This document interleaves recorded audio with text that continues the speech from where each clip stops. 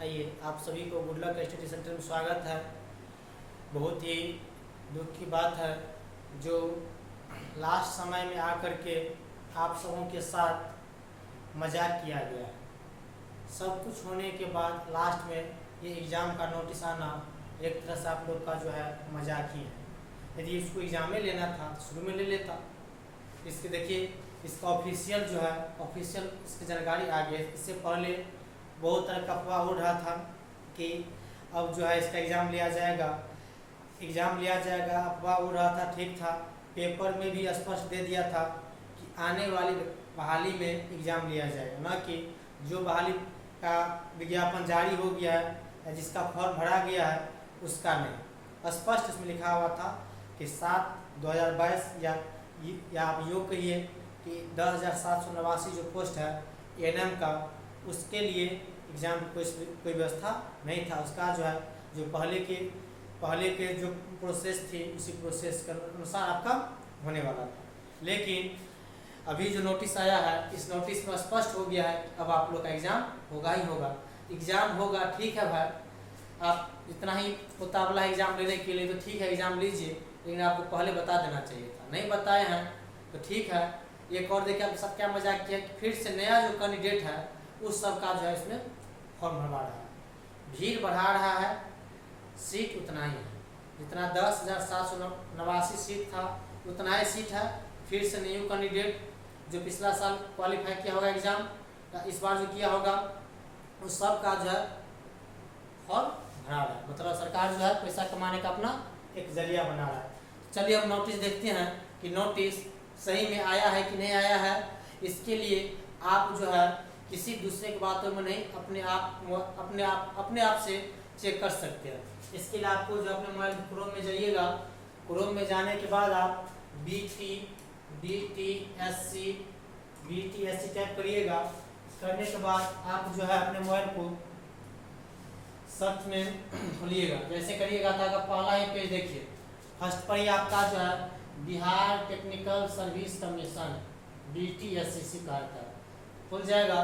तो खुलने के बाद देखिए यहाँ पर आपका जो है नोटिस न्यूज अलर्ट रिजल्ट। तो नोटिस पहला ही नोटिस जो है इम्पोर्टेंट नोटिस रिगार्डिंग एडवर्टाइज, कहाँ चला गया, आने दीजिए, आएगा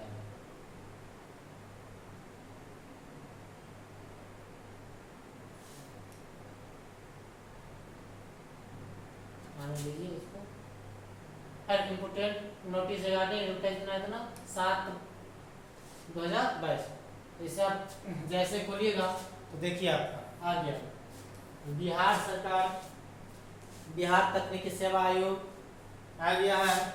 देखिए एक मजाक क्या कर रहा है, 19/9/2023 का नोटिस है और ये अफवाह नहीं है, हकीकत है। इसीलिए अब आप लोग सचेत हो जाइए। 19/9/2023 का यह नोटिस है। इसमें देखिए क्या कह रहा है, कहता है कि स्वास्थ्य विभाग बिहार पटना अंतर्गत बिहार महिला स्वास्थ्य कार्यकर्ता एएनएम के रिक्त पदों पर नियमित नियुक्ति हेतु विज्ञापन संख्या 7/2022 यही मेन था प्रकाशित किया गया, जिसमें दिनांक 2/8/2022 से 1/9/2022 तक तथा अंतिम रूप से दिनांक 15/9/2022 तक तिथि विस्तारित करते हुए ऑनलाइन आवेदन प्राप्त किया गया। स्वास्थ्य विभाग के पत्रांक कितना दिनांक इतना 12/6/2023 एवं पत्रांक कितना 2/8/2023 द्वारा प्राप्त परामर्श के आलोक में विज्ञापन संख्या 7/2022 एएनएम के पद पर नियुक्त बिहार महिला स्वास्थ्य कार्यकर्ता ऑक्सिलियरी नर्स मिडवाइफ संवर्ग नियमावली 2018 के बाद देखिए एक एक पॉइंट आपको ऊपर का बताएंगे। तो क्या कह रहा है, 2018 के स्थान पर बिहार महिला स्वास्थ्य कार्यकर्ता जिसे एएनएम कहते हैं संवर्ग नियमावली 2023 के आधार पर किया जाना है। तदनुसार प्रकाशित विज्ञापन 7/2022 के विभिन्न कंडिकाओं को नियमवत संशोधित किया जाता है। मतलब उसमें क्या कर रहा है, संशोधन कर रहा है। संशोधन नहीं, मजाक कर रहा है, आप लोग के भविष्य के साथ खिलवाड़ कर रहा है। क्या है इसमें, पहला में विज्ञापन की कंडिका 0.4 चयन की प्रक्रिया को निम्नवत प्रतिस्थापित किया जाता है। कैसे है देखिए, इसमें पहला में है प्रथम चरण में आपका जो है प्रक्रिया जो है चयन की प्रक्रिया 2 चरण में होगा, है यहाँ पे विज्ञापन की कंडिका 0.4 चयन की प्रक्रिया को निम्नवत प्रतिस्थापित किया जाता है। और उसमें देखिएगा फर्स्ट में प्रथम चरण में आयोग सभी अभ्यर्थी के लिए प्रथम चरण में कंप्यूटर बेस्ड टेस्ट CBT से कहते हैं। अब आप लोग का एग्जाम कंप्यूटर पे होगा, समझे कि कंप्यूटर बेस्ड टेस्ट के माध्यम से प्रतियोगिता परीक्षा आयोजित करेगा। ये जो है आप लोगों को कंप्यूटर पे एग्जाम लेगा, ठीक है। इसके बाद देखिए, उक्त परीक्षा का प्रश्न पत्र बहुविकल्पीय प्रश्नों पर आधारित होगा। प्रश्न वस्तुनिष्ठ ऑब्जेक्टिव प्रकार के होंगे। परीक्षा में 100 अंकों का एक प्रश्न पत्र होगा, जिसमें प्रश्नों की कुल संख्या 100 होगा। कहने का मतलब आपका जो है एग्जाम ऑब्जेक्टिव टाइप में लिया जाएगा, कंप्यूटर बेस्ड लिया जाएगा और टोटल 100 नंबर का आपका क्वेश्चन रहेगा और 100 क्वेश्चन रहेगा और 100 नंबर का रहेगा, मतलब प्रत्येक क्वेश्चन 1 मार्क का रहेगा। परीक्षा की अवधि 2 घंटे की होगी। आपका 2 घंटा में 100 क्वेश्चन जवाब देना कंप्यूटर पे होगी और कुल 100 अंक होंगे। ANM हेतु निर्धारित अर्हता पाठ्यक्रम करिकुलम के अनुसार प्रश्न पूछे जाएंगे। जो आपका ANM का जो है, जो आप 2 साल का कोर्स किए हैं, उस कोर्स में जो है उसी के अनुसार आपका जो करिकुलम है, पाठ्यक्रम है, उसी के अनुसार आपसे प्रश्न पूछा जाएगा। उक्त पाठ्यक्रम आयोग की वेबसाइट पर अलग से प्रकाशित कर दिया जाएगा। देखिए बकरूल क्या किया, नोटिस दे दिया है, फॉर्म भराएगा फिर से, लेकिन जो है अभी तक उसका सिलेबस नहीं दिया है। ये कार इसमें यह कह रहा है इसमें कि इसका जो है इसमें देखिए, इसमें कह रहा है इसका जो सिलेबस जो है, इसका जो है सिलेबस जो है, इसका जो है पाठ्यक्रम जो है आपका ANM का जो है पाठ्यक्रम उसी के अनुसार रहेगा। अरे भाई ANM का क्या पाठ्यक्रम, उसमें और आपको जोड़िएगा, मैथ जोड़िएगा, क्या जोड़िएगा वो सब इसमें नहीं बता रहा है, ठीक है। अभी भी आपको अधिकार में रखा हुआ है। बता इसमें अलग से जो है ना पाठ्यक्रम आयोग की वेबसाइट पर अलग से प्रकाशित कर दिया जाएगा। कब करेगा कोई इसका ठीक नहीं है, इसीलिए आप लोग क्या कीजिए, अभी जब तक इसका सही सिलेबस नहीं आ जाता तब तक आप जो है 2 साल जो भी अपना स्कूल में पढ़े हुए हैं, जो भी बुक, जो भी गाइड होगा, जो क्वेश्चन बैंक होगा, उसी का ऑब्जेक्टिव आप रिवाइज रटना स्टार्ट कर दीजिए, कोई उपाय नहीं है इसके सिवा। चलिए, प्रश्न पत्र हिंदी एवं अंग्रेजी दोनों भाषा में होंगे, चलिए कोई बात नहीं। उक्त परीक्षा 1 से अधिक पालियों में कंप्यूटर बेस्ड टेस्ट के माध्यम से आयोजित किया जाएगा एवं 1 से अधिक पालियों में परीक्षा आयोजित किए जाने के कारण परीक्षा परिणाम सामान्य नॉर्मलाइजेशन की प्रक्रिया अपनाते हुए तैयार किया जाएगा। मतलब आप लोग में भी नॉर्मलाइजेशन होगा। नॉर्मलाइजेशन का मतलब होता है खेला, वहाँ पैसा फेंको खेला होगा, समझे कि नहीं, मजाक एक तरह से। पैसा कमाने का जरिया है नॉर्मलाइजेशन, ठीक है ना। जो नहीं जानते हैं आप लोग, यदि बहुत सारे स्टूडेंट होंगे आप लोग में से जो इस प्रक्रिया को नहीं जानते होइएगा, लेकिन ये जो है पूरी तरह से पैसा कमाने का जरिया है, कुछ और ये नहीं है। परीक्षा में गलत उत्तर के लिए नकारात्मक अंकन लागू किया जाएगा।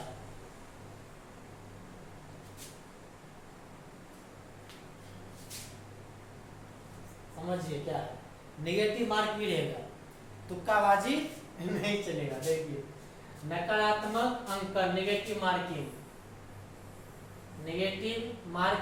लागू किया जाएगा। प्रत्येक सही उत्तर के लिए 1 अंक दे होगा एवं प्रत्येक गलत उत्तर के लिए 0.25 अंक काटा जाएगा। मतलब आप जो है 1 सही करिएगा मिलेगा, जब 4 क्वेश्चन गलत करते हैं तो आप 1 नंबर कट जाएगा। क्या किया जाए, ऐसा को क्या किया जाए बताइए। ANM का काम होता है आपका हॉस्पिटल का जो भी काम है, अब लास्ट में आकर के आप बोल रहे हैं उसको एग्जाम दीजिए। 2 साल से आप स्कूल लटकाए हुए हैं, मेरिट लिस्ट निकाल दिए एक तरह से, DB का डेट निकाल दिए थे, लास्ट में आकर बोले एग्जाम ले रहे हैं। एग्जाम में चलिए जी जान लगा, रात दिन मेहनत करके तैयारी करें। अब उसमें भी क्या नेगेटिव मार्क आप लगा रहे हैं, फंसेगा कि नहीं फंसेगा। कोई महिला सब होती है, लड़की सब होती है, उन लोग को थोड़ा कंप्यूटर का जो थोड़ा सा है, सब जानते हैं, थोड़ा कंप्यूटर का एक्सपीरियंस कम रहता है, और इतना कम इस समय में आकर के सब करना एक तरह से मजाके है। और आप लोग का जो है जिस तरह से टीचर बहाली में सभी स्टूडेंट के साथ मजाक कर रहा है सरकार, उसी तरह से आप लोग के साथ भी जो है मजाक हो रहा है। दिखा रहा है कि हम इतना वैकेंसी दे रहे हैं, लेकिन उसको देना नहीं है, जॉब देना नहीं है, सिर्फ उसको दिखाना है इतना वैकेंसी दे रहे हैं। ठीक है ना। चलिए, उक्त परीक्षा के आधार पर सभी अभ्यर्थी की सामान्य नॉर्मलाइजेशन की प्रक्रिया अपनाते हुए परीक्षा फल प्रकाशित किया जाएगा। ठीक है, करना है। नॉर्मलाइजेशन के पश्चात प्राप्त अंक के आधार पर मेगा सूची तैयार किया जाएगा। अब मेगा सूची जो है नॉर्मलाइजेशन के बाद तैयार होगा। चलिए देखते हैं आगे और कुछ दिया है, और दिया इसमें कार्मिक एवं प्रशासनिक सुधार विभाग अंतर्गत लिखित परीक्षा में समान वर्ग के लिए देखिए यहाँ पर एक जो है कट ऑफ निर्धारित भी किया हुआ है। यहाँ भी आपको इतना लाना ही पड़ेगा। समान वर्ग के लिए 40%, पिछड़ा वर्ग के लिए 36.5%, अत्यंत पिछड़ा वर्ग के लिए 34%, अनुसूचित जाति अनुसूचित जनजाति महिलाओं तथा निःसत्ता के से ग्रस्त दिव्यांग उम्मीदवारों के लिए 32%। ये 32% का भाई इस तरह से आप देख सकते हैं। यदि आप जनरल कैटेगरी से हैं, आपको 40 नंबर लाना पड़ेगा 100 में से। यदि आप पिछड़ा वर्ग BC से हैं, तो आपको जो है 36.5% लाना पड़ेगा।